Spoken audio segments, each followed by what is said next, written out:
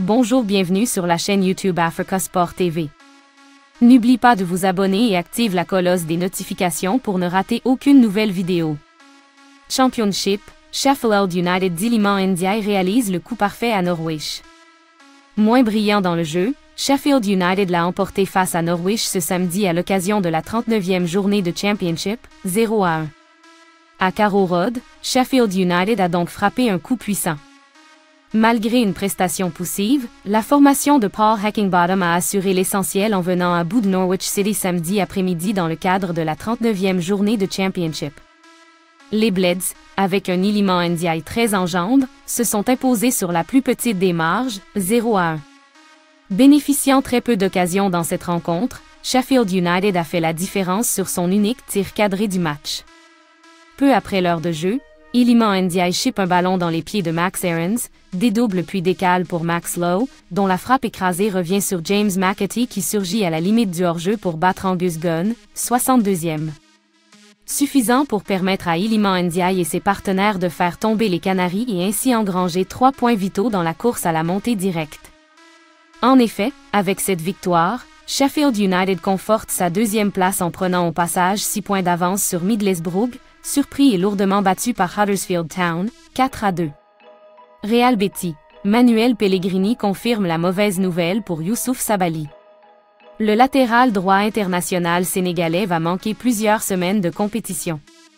Touché à la cheville mardi dernier lors du match entre le Mozambique et le Sénégal, Youssouf Sabaly va devoir encore passer quelque temps à l'infirmerie. L'arrière droit international sénégalais souffre d'une entorse de grade 2 et ne devrait pas rejouer avant les 3 prochaines semaines. Une version évoquée vendredi est désormais confirmée par Manuel Pellegrini. On ne sait jamais exactement combien de temps cela va prendre, mais ce serait rare si c'était moins de 3 semaines. Il restera 3 semaines sans jouer car il se remettra de sa blessure ensuite, il devra se remettre en forme, a souligné l'entraîneur du Real Betis en conférence de presse ce samedi. Couronne historique. Passeur décisif face à Liverpool, 4-1 ce samedi, Riyad Mahrez algérien devient le meilleur passeur africain de l'histoire de la Premier League Royaume-Uni. Graphique à barre globe sur la zone Europe-Amérique, le surdoué algérien bat le record du légendaire Didier Drogba Côte d'Ivoire poignée de main peau foncé algérien.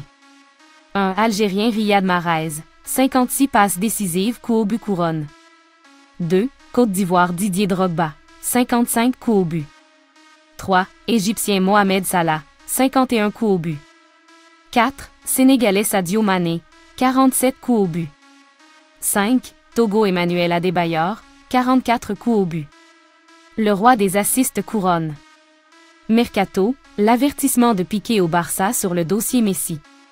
Après que Rafa Just, vice-président du Barça, a déclaré être en contact avec l'entourage de Lionel Messi en vue d'un possible retour, Gérard Piqué, ex-défenseur du club catalan et partenaire de l'Argentin, estime que les Blaugrana ne doivent pas trop forcer le destin. Les déclarations de Rafa Just font décidément beaucoup de bruit. Vendredi, le vice-président du Barça a reconnu publiquement être en contact avec l'entourage de Lionel Messi. J'aimerais qu'il revienne et je suis sûr que de nombreux fans partagent mon avis. Je crois que les histoires de la vie doivent bien se terminer et c'est pourquoi nous avons des contacts avec Messi, bien sûr, a ajouté le dirigeant catalan. Alors que l'avenir du champion du monde argentin au PSG reste incertain, il dispose d'une année en option, ses propos n'ont pas laissé Gérard Piqué indifférent. Forcer la situation peut être contre-productif.